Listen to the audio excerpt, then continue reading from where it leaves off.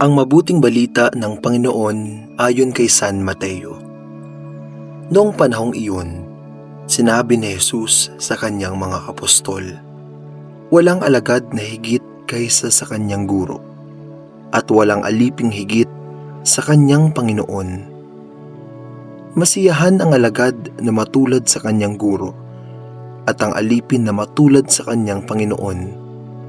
Kung ang puno ng sambayanan ay tinawag nilang Beelzebul, lalo na nilang aalimurahin ang kanyang mga kasambahay. Kaya huwag kayong matakot sa kanila. Walang natatago na di malalantad o nalilihim na di mabubunyag. Ang sinasabi ko sa inyo sa dilim, uulitin ninyo sa liwanag, at ang ibinulong sa inyo ay inyong ipagsisigawan. Huwag ninyong katakutan ang pumapatay ng katawan, ngunit hindi nakapapatay ng kaluluwa.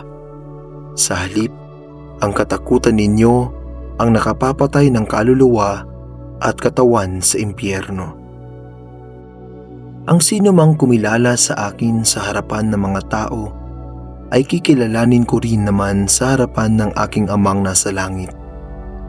Ngunit ang magtatuwa sa akin sa harapan ng mga tao, ay itatatuwa ko rin naman sa harapan ng aking Amang nasa langit." Ang mabuting balita ng Panginoon. Pinupuri ka namin, Panginoong Hesukristo.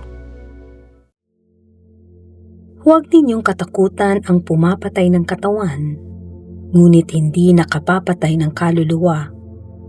Sa halip, ang katakutan ninyo'y ang nakapapatay ng kaluluwa at katawan sa impyerno. Marami sa atin na ang palaging iniisip ay ang sasabihin ng ibang mga tao. Kadalasan, ang sasabihin ng iba ang nagdidikta sa ating mga desisyon at mga kilos, kahit na alam naman natin ang nais ng Diyos, ang tama at mabuti. Nakalulungkot na may mga pagkakataon na nabibitawan natin ang mga bagay na mahalaga dahil lamang sa takot natin sa sasabihin ng iba. Ang mahalagang paalala ngayon, huwag nawa tayong masyadong magpadala sa tao sa paligid natin dahil hindi naman sila ang magpapatuloy sa atin sa mas mahalagang buhay. Ang daan natin sa buhay na walang hanggan ay ang Diyos. Kaya naman, mas mahalaga na siya ang ating palaging isipin at sundin. Tanungin natin ang ating mga sarili kung magdedesisyon tayo. Ito ba ang kalooban ng Diyos? Kung malinaw sa atin ang kalooban ng Diyos, kahit taliwas ito sa gusto ng iba, ay iyon ang dapat nating gawin. Huwag matakot na sumunod sa kalooban ng Diyos kahit na ikaw lang mag-isa. Ang tama ay mananatiling tama kahit na ikaw lang ang sumusunod. Ang mali ay mananatiling mali kahit na marami ang gumagawa ng mga bagay na iyon.